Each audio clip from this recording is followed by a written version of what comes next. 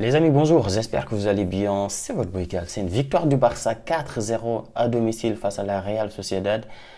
Ce qui est chiant avec cette victoire, c'est même pas le fait que le Barça a gagné, c'est même pas le fait que le Barça a gagné 4-0 avec des buts de Casado, Lewandowski, je sais même plus, tellement qu'ils en marquent et tout, j'en ai marre. C'est même pas ça qui est chiant en fait. C'est juste parce que oui, c'est normal. Victoire du Barça, quand tu es supporter du Real, tu es dégoûté.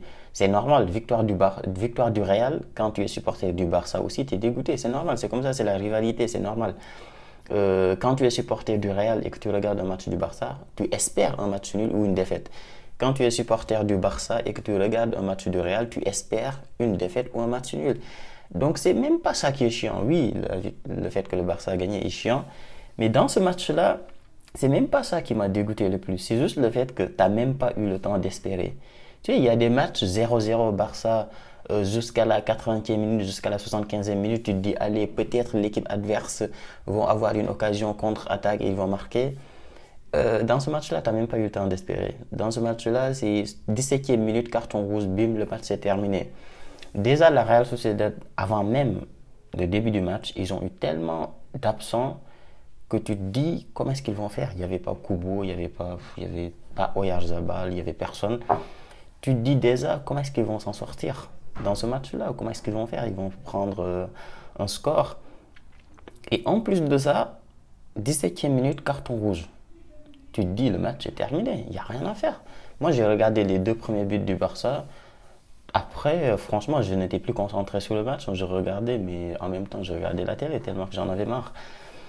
Oui, carton rouge totalement mérité. Le défenseur, il a fait complètement le con. Dani Olmo, ce n'est pas un défenseur aussi rapide. Ce n'est pas un attaquant rapide. Dans une situation comme ça, ou pire, tu le laisses partir en espérant que ton collègue, l'autre défenseur central, puisse le rattraper. Et même s'il n'arrive pas à le rattraper, tu espères que ton gardien fasse un arrêt miracle ou quelque chose. Et s'il n'y a pas un arrêt, bah, tu vas peut-être prendre 1-0, mais c'est pas grave, tu as encore tout le match pour te rattraper.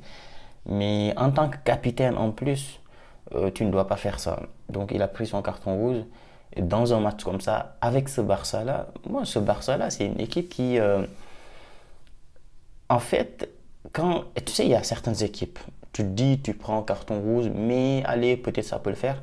Avec ce Barça-là, si tu prends un carton rouge, le match est terminé. Parce que c'est une équipe qui te pousse à bout, c'est une équipe qui garde la balle, c'est une équipe qui t'empêche de jouer au foot. Donc tu ne peux rien faire. Même sans carton rouge, c'est compliqué. Donc avec un carton rouge, mon gars, tu ne peux rien faire. Le match est terminé. Donc victoire du Barça 4-0, bon bien sûr, victoire totalement méritée. Ce Barça, ça joue tellement bien. C'est trop fort. Franchement, ce Barça-là, c'est trop fort. C'est trop trop fort. Collectivement, c'est une machine de guerre. Moi, je suis jaloux, hein. Je vais pas vous mentir, je suis jaloux. Je l'ai dit dans un groupe avec des potes là, j'ai dit que ça fait chier parce qu'en début de saison, je parle pas tout de suite, arrêtez tout de suite les supporters du Barça. Je vous connais. Dès qu'on commence à mettre des petites choses, dès qu'on commence à remettre en question des petites choses, vous vous énervez, vous commencez à insulter.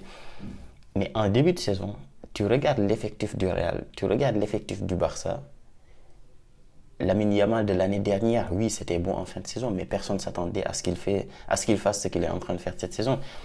Et tu regardes les deux équipes en début de saison, franchement, des joueurs du Barça qui peuvent jouer dans l'équipe du Real en début de saison, il n'y en avait pas beaucoup. Il n'y en avait pas beaucoup. En début de saison, tout le monde se disait que le Real va marcher sur cette Liga et qu'il n'y aura même pas de concurrence et que ça va se faire très vite. Casado, personne ne le connaissait en début de saison. Pedri, il revenait de blessure en début de saison. Gavi, il était blessé. Olmo, il n'était même pas là. Lewandowski, tout le monde parlait de fin de carrière. Il y a même des supporters du Barça qui voulaient qu'il parte. Rafinha, il était considéré comme un joueur avec du talent, mais trop brouillon. Lamine Yamal, comme je l'ai dit, tu vois, il avait fait une très bonne fin de saison l'année dernière, mais il a 16 ans, 17 ans, tu t'attendais pas à ce qu'il explose. En défense, pareil, Koubarsi, c'était un espoir, mais tu t'attendais pas à ce qu'il fasse la saison qu'il est en train de faire. Les latéraux, Baldé, début de saison, c'était compliqué. De l'autre côté, Koundé, oui, peut-être Koundé qui n'était pas mal.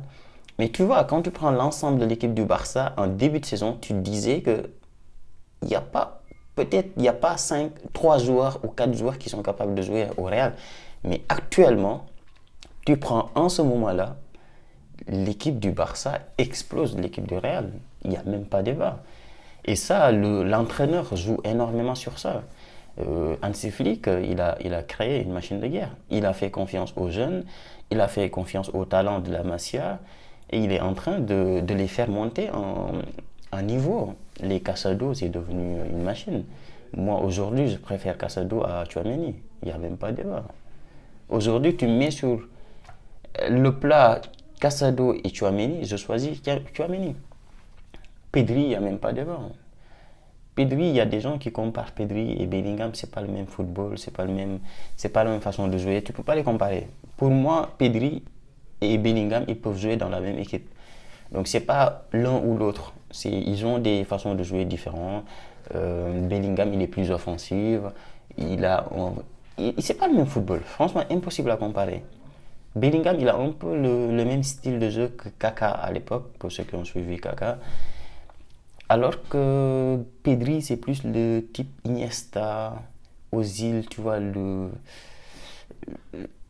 Xavi, Riquelme, pour les plus anciens. Tu vois, c'est ce truc-là, c'est cette technique, ce jeu dans les petits espaces, etc. Non, il y a quelque chose. Pedri, c'est trop, trop fort. Ah, moi, je suis dégoûté. Pedri, c'est fort. Casado, c'est fort. Olmo, c'est trop fort. Même s'il est un peu en zigzag, lui, mais pareil, c'est fort.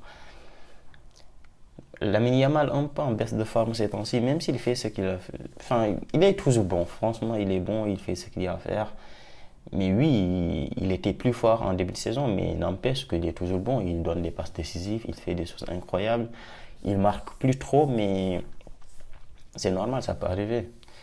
Rafinha, pareil, il est un peu en baisse de forme par rapport au début de saison, mais pareil, il fait ce qu'il faut, ce qu'il y a à faire.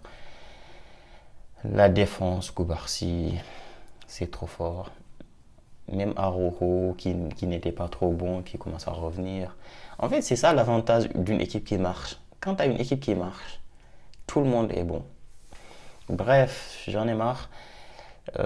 Tout ça pour dire que pour moi, Carlo Ancelotti doit partir. Moi, j'ai envie d'avoir un coach tactique, un coach qui a des idées, un coach qui a envie de mettre en place une tactique, un coach qui a envie de faire jouer ses équipes, un coach qui s'en fout complètement du statut des joueurs, qui va faire jouer ceux qui sont bons, qui a une idée de jeu et qui sait les joueurs qu'il faut avec, et donc qui va jouer son football. Donc pour moi, après, Barça a pris 3 points d'avance sur le Real. Ça ne veut pas dire que la saison est terminée. La saison n'est pas terminée. Pour moi, oui, le Barça a pris 3 points d'avance, mais c'est pareil. C'est comme moi, je suis quelqu'un qui, je sais pas pourquoi, mais je me dis qu'en fait, 7 points, 8 points, c'est rien du tout en Liga. Oui, c'est beaucoup, mais en même temps, il suffit pas de grand-chose. Regarde le Real. Sur les 4 derniers matchs, on a perdu quoi? 7 points plus 3, 10 points. 10 points en 4 matchs. Donc oui, quand tu commences à perdre 7 points d'avance à 5-6 journées de la fin de la saison, oui, là, ça devient compliqué. Mais même quand le Real avait 7 points d'avance sur le Barça, je ne disais pas que la saison est terminée. Donc 3 points d'avance, pour moi, c'est toujours jouable, c'est toujours possible. Mais par contre, ça devient compliqué, oui. Ça va être très, très, très compliqué. Surtout avec le niveau que le Barça est en train de montrer. Mais voilà, si rien n'est joué, il reste encore la Coupe du Roi. Tout le monde joue la Coupe du Roi. Il reste la Ligue des Champions. À un moment donné, soit le Real va sortir, soit le Barça va sortir. Et donc, quelqu'un va avoir plus de matchs que l'autre. Et donc, voilà, ça va se jouer jusqu'à la fin de la saison. Donc, dites-moi les gars, vous, ce que vous avez pensé du match. Abonnez-vous, likez. Et on se dit à très vite pour une nouvelle vidéo. Ciao.